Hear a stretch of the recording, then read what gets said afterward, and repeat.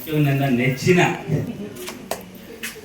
ನಮ್ಮೆಲ್ಲ ಇದು ಏನು ಹಾಕಿ ನಾವು BRW MRW URW ನಿಮ್ಮ ಎಲ್ಲ ಒಕ್ಕೂಟಕ್ಕೆ ನಾನು ಒಕ್ಕೂಟದ ಸದಸ್ಯರಿಗೆ ಹಾಗೂ ನಮ್ಮ ಪತ್ರಕರ್ತರ ಮಿತ್ರರಿಗೆ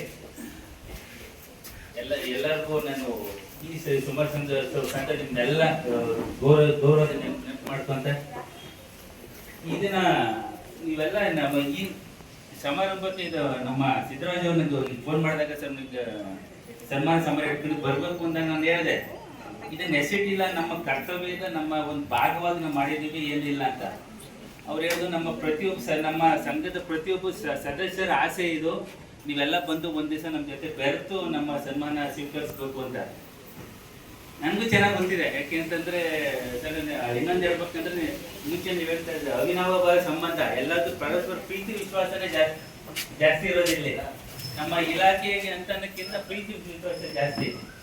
ಎಲ್ಲರೂ ನೀವು ಗೊತ್ತು, ನಿಮ್ಗೆ ಚೆನ್ನಾಗಿ ಗೊತ್ತು, ನಿಮ್ಮ ಪ್ರೀತಿ ಆ ವಿಶ್ವಾಸನೇ ನಮ್ಮನ್ನ ಈ ಸಮಾರಂಭಕ್ಕೆ ನೀವು ವೆಲ್ಕಮ್ ಬಂದಿದ್ದೀರ. ಜೊತೆಗೆ ಇನ್ನೊಂದು ಈಗ ಭಾವನಾತ್ಮಕವಾಗಿ ಅದೊಂದು ಬೇರೆ ಸೇರ್ಕೊಂಡ್ಬಿಡ್ತು ಈಗ ಈ ಸಮಾರಂಭ ಇದರಲ್ಲಿ.